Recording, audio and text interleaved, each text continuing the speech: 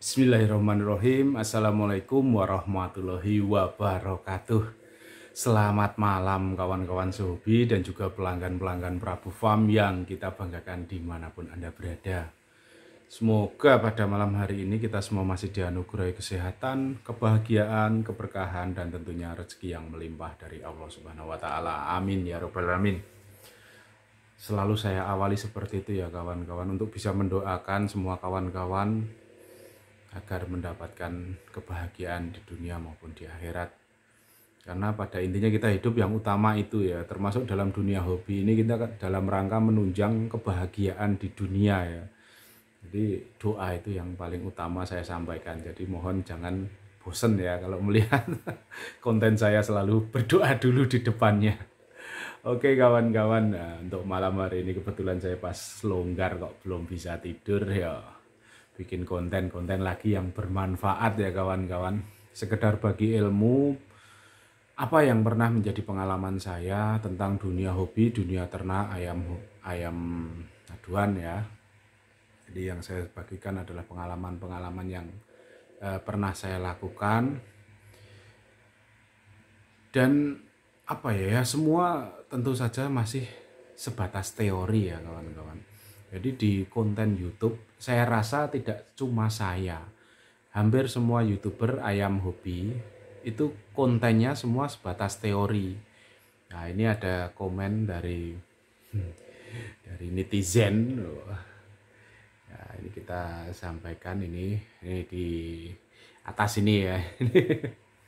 Channel Inong Inong. Ini orang 100% teori. Nah, tadinya sih udah saya balas tapi nggak perlu ribet-ribet lah. Ini memang orang yang mungkin baru 1 hari 2 hari main YouTube, jadi wajar lah komen seperti itu untuk menggambarkan bagaimana kualitas pola pikir dan kecerdasannya memang agak kurang kan seperti itu. Ya namanya di YouTube ya, kita mau praktek gimana ya kawan-kawan. Kan nggak mungkin ya kita praktek ayam hobi, ayam laga, videonya kita upload ya jebol kontennya nggak bisa, nanti dikenakan pelanggaran YouTube, jadi nggak mungkin, nanti channelnya nggak mungkin bisa panjang seperti itu.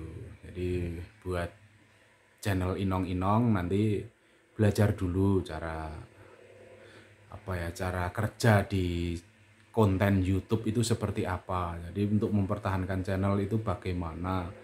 Jadi kalau kita yang istilahnya nice-nya untuk membahas ayam hobi, kok channelnya cuma bahas teori, itu alasannya apa. Nah itu di situ harus paham. Jadi nanti biar semakin hari semakin cerdas lah. Kita harapannya juga berbagi ilmu agar orang lain itu bisa bermanfaat, yang tadinya tidak tahu menjadi tahu. Jadi kalau untuk konten ayam hobi atau ayam aduan, rata-rata hampir semua YouTuber pasti cuma sebatas teori. Tidak mungkin akan praktek pegang ayam atau ngadu ayam langsung di video, nggak mungkin seperti itu. Kalau mau praktek ya di arena seperti itu.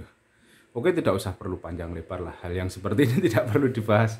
Sudah banyak yang tahu, cuma mungkin dia aja yang nggak tahu, jadi kita maklumi. Oke, ini kita mau jawab pertanyaan yang cukup bagus dari netizen atau subscriber. Mungkin udah subscribe ya, kalau belum ya subscribe dulu nggak apa-apa.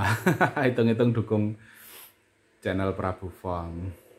Ya, sebenarnya kita bikin konten seperti ini kan motivasinya juga cuma ingin memberikan tambahan ilmu bagi kawan-kawan yang belum tahu, atau bagi kawan-kawan yang baru memulai usaha atau bisnis ternak ayam hobi seperti itu. Jadi kita juga tidak pernah istilahnya menuntut bayaran atau meminta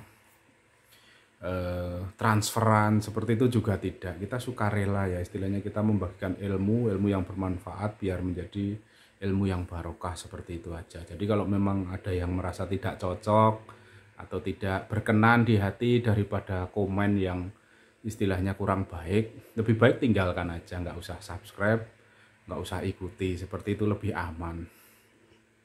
Karena pada intinya saya tidak senang untuk berdebat ya kawan-kawan. Jadi saya senangnya berbagi ilmu aja, yang berdebat yang lainnya aja lah. Seperti itu. Nah ini pertanyaan yang komen yang cukup bagus dari kawan kita, saudara sehobi kita Dian Henry. Salam satu hobi Pak, di Indonesia ada gelanggang kontes dan pro. Mau tanya ayam yang cocok untuk ayam kontes, ciri dan tekniknya gimana, dan ayam yang cocok untuk ayam pro gimana Pak? Oke, ini kita mau bahas untuk ayam kontes dan ayam pro ya kawan-kawan. Wah, sebenarnya hampir sama saja ya, tidak ada perbedaan yang signifikan untuk kontes dan pro. Intinya ayam yang bagus itu di kontes bisa menang, di pro juga lebih bisa menang. Cuma pengalaman saya yang sudah-sudah, kalau untuk ayam yang menang pro itu buat di kontes belum tentu menang. Jadi frekuensinya, intensitasnya itu tidak lebih dari 50% lah. Tapi kalau ayam menang di kontes buat main di pro, itu pengalaman saya rata-rata 80%, 90% menang. Jadi untuk uji kualitas di kontes sama di pro itu lebih berat di kontes. Karena apa? Karena pertama ayam dibungkus jalu, jadi tidak ada permainan jalu atau luka yang begitu dalam. Jadi ketika kita main di pro, jalu itu perannya luar biasa. Ketika ayam dipukul keras itu bisa pulih, tapi kalau ditambah dengan jalu itu nggak ada yang bisa pulih. Jadi bisa saja ayam menang itu nggak usah menitan lah, ketika jalu menusuk ke organ yang vital itu ayam udah menang, lawannya udah nggak pulih lah, seperti itu. Beda di kontes, karena di kontes yang dinilai ada jumlah pukulannya sama kualitas pukulannya aja, jadi tidak ada jalunya. Jadi ketika ayam punya pukul yang keras, ngefek, ya pernah ya saya bawa kontes itu bungkus jalu, lawannya mati di tempat, itu pernah di kontes pas di Jogja. Kalau untuk hitungan poin sebenarnya saya kalah. Waktu itu udah selisihnya 50 poin lebih. Sangat bagus soal lawannya itu. Karena ya termasuk pemiliknya juga, ownernya itu juga senior lah di Jogja. Tidak perlu saya sebut nama karena motivasi saya tidak untuk menjatuhkan, cuma sharing cerita aja. Jadi di kiri kanan itu ayam saya kiri kena, kanan kena, jadi kalah tengok ayam saya. Tengoknya dalam tapi agak lambat. Jadi itu nyarinya bagus sekali lawan itu. Selisih poinnya 50 dengan ayam saya. Tapi begitu pas posisi enak, mepet keber, itu sekali pukul tewas di tempat lawannya. Ya menang punya saya karena tewas nggak mungkin dihitung menang walaupun poinnya banyak. Seperti itu, ada pukul KO-nya. Dan alhamdulillah ayam itu ya waktu itu pas saya nggak longgar-longgar duit lah, akhirnya cuma terjual harga 2 juta. Waktu itu saya butuh untuk operasional beli pakan, saya jual 2 juta. Kalau itu di los jalu pasti mematikan ayam itu, karena dibungkus jalu aja lawannya mati. Nah, itu pertama diadu di tempat pelanggan itu draw, padahal jalu hampir 2 cm draw. Wah, itu pelanggannya saya omelin habis-habisan itu. Bagaimana mungkin ayam seperti itu bisa draw, ini pasti ada yang tidak beres. Ternyata benar, dia ketawa. Saya marah itu malah nggak marah dia, tapi ketawa. Yo mas, ayamnya tak gandengnya 8-10, jadi 8-10 seperti ini lawannya, ini ayam kita. Yo nggak dapat kepala, jadi susah. Apalagi dia lawannya itu ayam kontrol, sudah menang 5 kali di arena itu. Ayam kontrol kan kenceng gini, mau ngambil kepalanya kan nggak sampai. Baru akhir-akhir begitu udah agak parah bisa turun, baru dia habisi. Tapi belum sampai keok karena cuma 5 air. Coba tambah berapa menit aja keok itu mas lawannya. Ya wes, itu kesalahanmu berarti. Saya pikir gitu. Harusnya kan udah pulih ya, cuma 2 juta sekali main udah pulih lah. Cuma setelah itu dia sembuhkan, menang nggak pernah ngair. Jadi ATM itu di sana di Cirebon. Seperti itu ya kawan-kawan. Jadi kalau untuk main pro utamakan ya tetap ayam yang jalu, pakai jalu. Kalau saya seperti itu lebih cepat, lebih efisien. Ya minimal jalu 1 cm lah, seperti itu. Kalau untuk ayam kontes intinya cari bodi yang proporsional. Karena kontes tidak dilihat gandengannya. Mau ayam itu lebih tinggi, lebih besar nggak masalah, kalau timbangannya sama tetap main. Nah, jadi jangan sekali-kali cari bawa ayam yang pendek atau yang gemuk tapi pendek seperti itu, nanti gandengannya berat segini. Kalau enggak ya malah justru begini. Nah, seperti ini. Terus yang kedua, yang pertama untuk body harus proporsional kalau untuk main di kontes. Jadi jangan bawa ayam yang pendek, itu nanti berat kawan-kawan. Yang kedua, kalau untuk speed tergantung musuhnya ya. Kita mau bawa mangon orientasinya yang ayam speed cepat pukulnya, tapi kalau ketemu ayam yang tempel lock brakot ya nggak bisa speed juga, sama juga. Jadi apa ya istilahnya ya, cuma ini istilahnya untuk persiapan kita aja. Cuma begitu di dalam ring itu kadang kita di luar ekspektasi kita gitu loh. Mangon misalnya wah speed banget, di kandang udah diuji cepet banget, mukulnya cepet. Cuma begitu baru ketemu ayam silem yang masuk ke bawah, nggak mungkin ayam mangon bisa mukul ayam yang di bawah ini, nggak bisa, nggak mungkin cepet. Seperti itu pernah saya bawa ayam mangon tapi kalah bisa. Cuma saya bawa ayam, jadi kalau untuk pukul yang harus cepet kayak saya rasa ya itu cuma untuk pertimbangan, tapi bukan untuk yang menentukan, enggak juga. Teknik juga penting kawan-kawan. Dulu kan ada yang berpikir kalau ayam teknik buat kontes nggak cocok, kelamaan. Ya bener lama, tapi kan musuhnya juga nggak bisa mukul, sama aja. Jadi nempel, ngelok, seperti memang lama, kadang berapa setengah menit ya baru mukul sekali seperti itu. Beda dengan mangon. Kalau mangon ketemu mangon jaga jarak ya cuma gantian aja. Ini. Nanti hitung-hitungan mana yang lebih banyak. Cuma begitu mangon. Dan pasti remuk, hancur kalau mangon itu. Karena apa ya, dia mukul dan juga dipukul. Tapi kalau ayam teknik keunggulannya dia aman. Walaupun mukulnya agak lambat, tapi aman karena lawan nggak bisa mukul, bener-bener dirapeti, didorong rapet, tempel, tengok dalam, itu udah aman lah.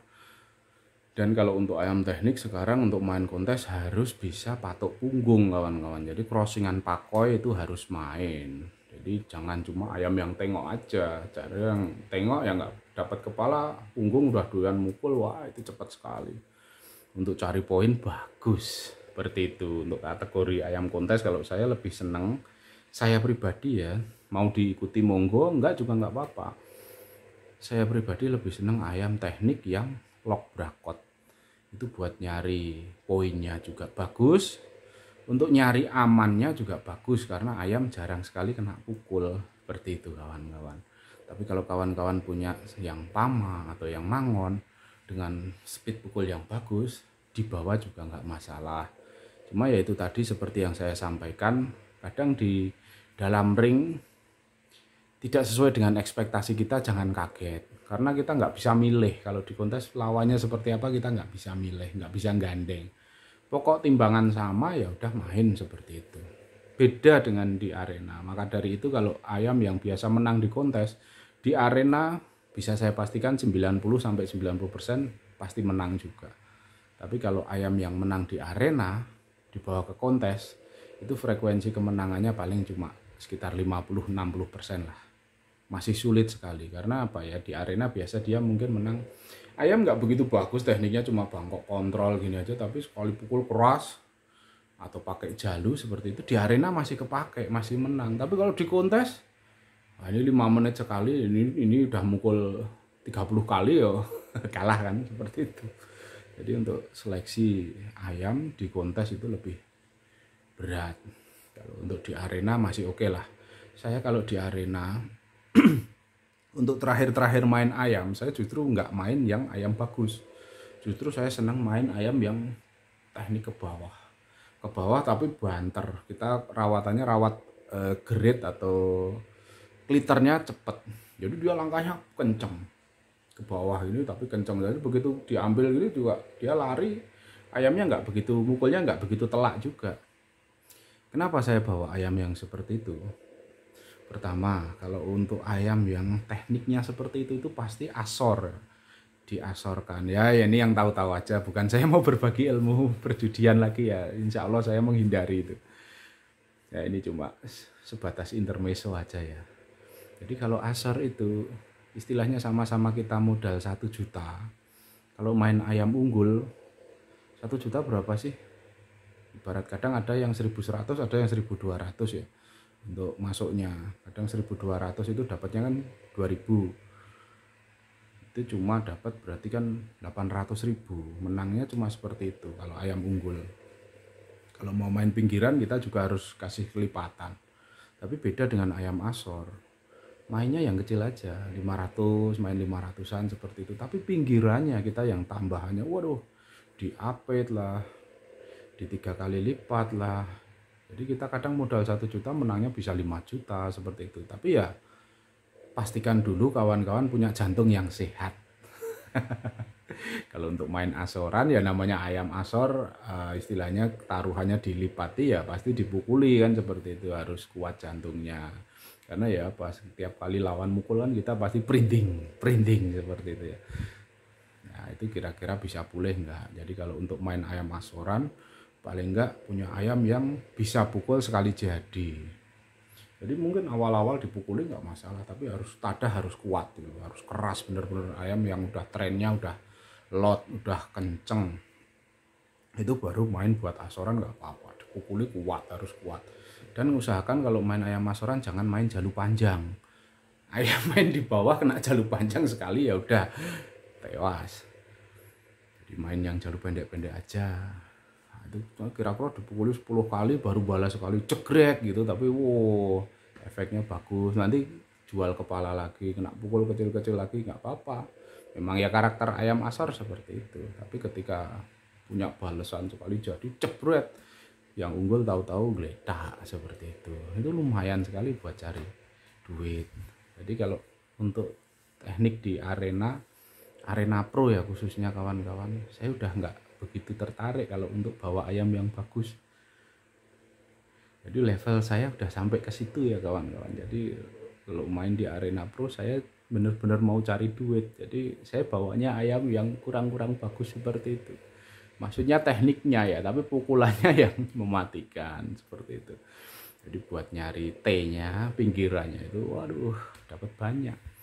Kalau kalah ya dikit, kalau menang banyak seperti itu. Tapi bawa ayam yang bagus ya kita keunggulannya tenang lah istilahnya. Ayam yang rapat, loknya bagus, pukulannya berakot, pukulannya keras, itu tarung tinggal ngopi aja nggak masalah. Tapi kan dapatnya dikit.